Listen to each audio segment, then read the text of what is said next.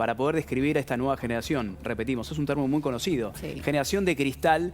Y queremos saber cómo son los hijos de esa generación y qué pasó en el medio, en especial con las tecnologías.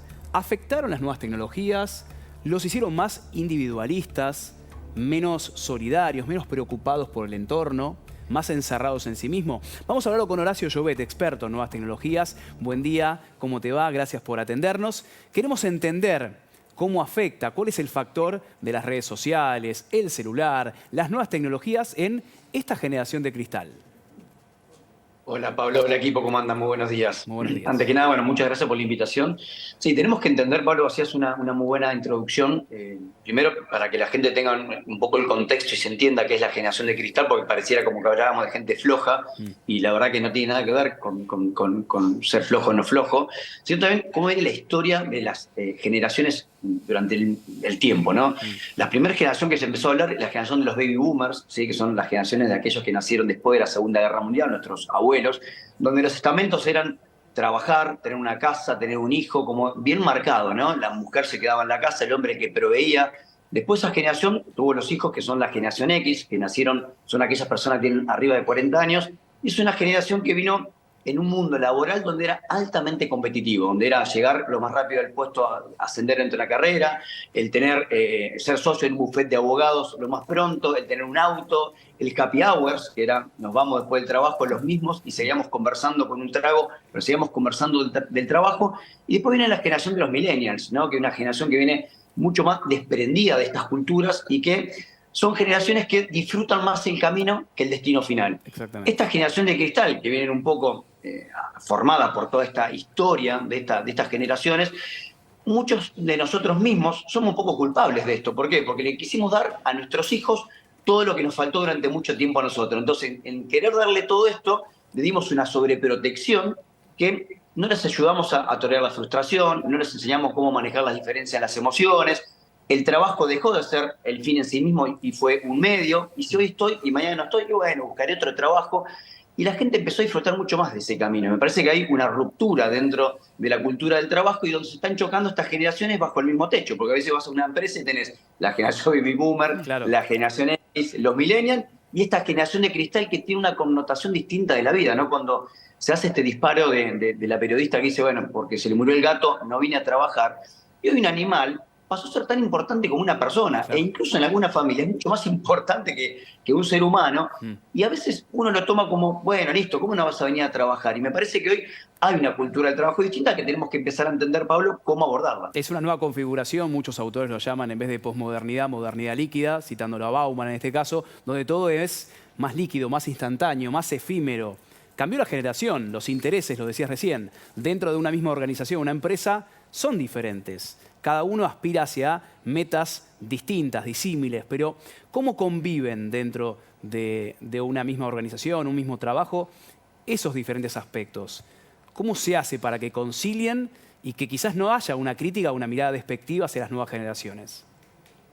No, yo creo, Pablo, que el desafío está, digamos, cómo las empresas empiezan a liderar estos cambios, ¿no?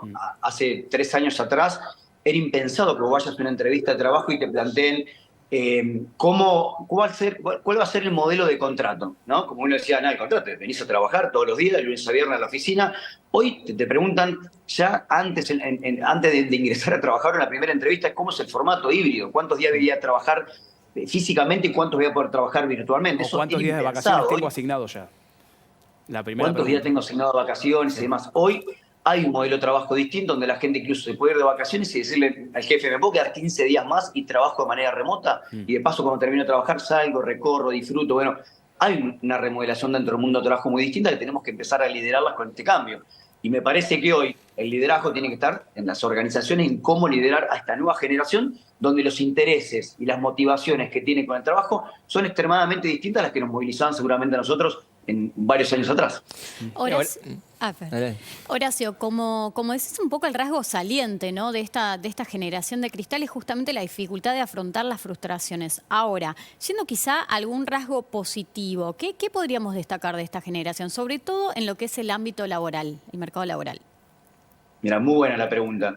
Esta generación tuvo un desarrollo mucho más avanzado del hemisferio derecho del cerebro, ¿no? El cerebro tiene el hemisferio izquierdo y el hemisferio derecho. El izquierdo es toda la parte más matemática, deductiva, de números, donde generalmente cuando nosotros vamos a la escuela o a la universidad, generalmente toda la información entra para que lo guardemos en la parte izquierda del cerebro.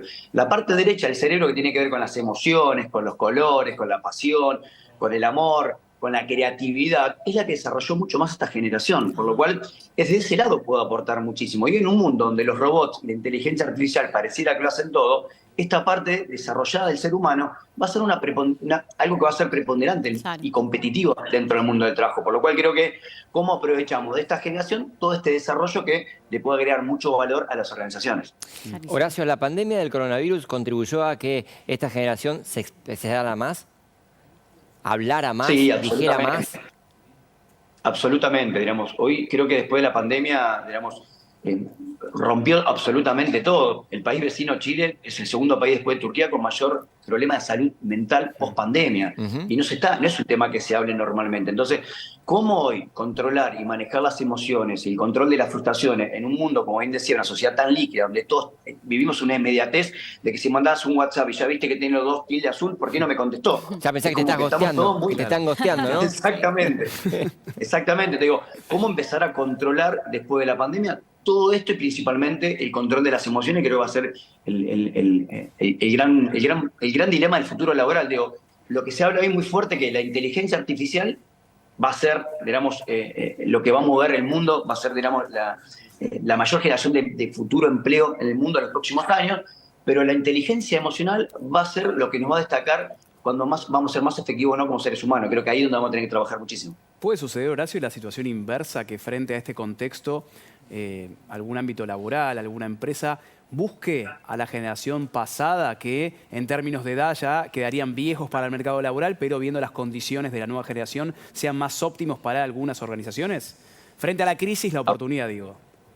Absolutamente, absolutamente. Digo, esto es entender de que no todos podemos trabajar en el mismo lugar, ¿no? Por más que yo diga, me encantaría trabajar en La Nación, estaré en el piso. Bueno, quizás mi perfil no es para ese lugar y mi perfil es para estar en una oficina haciendo otro tipo de tareas. Entonces me parece que hoy lo que nos permite es la diversidad. Y cuando tenés la diversidad te permite decir a qué persona puedo colocar en el mejor lugar para explotar su talento. Si a mí me metes en un lugar que yo soy una persona extrovertida, altamente comunicacional, me metes encerrado viendo un Excel y me vas a matar. Entonces no vas a explotar de mí lo mejor. Entonces me parece que hoy mucha gente que busca personas del pasado en el sentido de más comprometidos con el empleo, que van a ir a trabajar, que son cumplidores, y seguramente ese perfil va a ir mucho mejor con esa organización, y el perfil de esta nueva generación denominada Cristal quizás va más para otro estilo o otro rubro de trabajo. Bien, la verdad que es muy interesante el debate con Horacio. La verdad que fue un placer recibirte para poder hablar de ciertas cosas que quizás o son tabú o están ocultas o no se tratan diariamente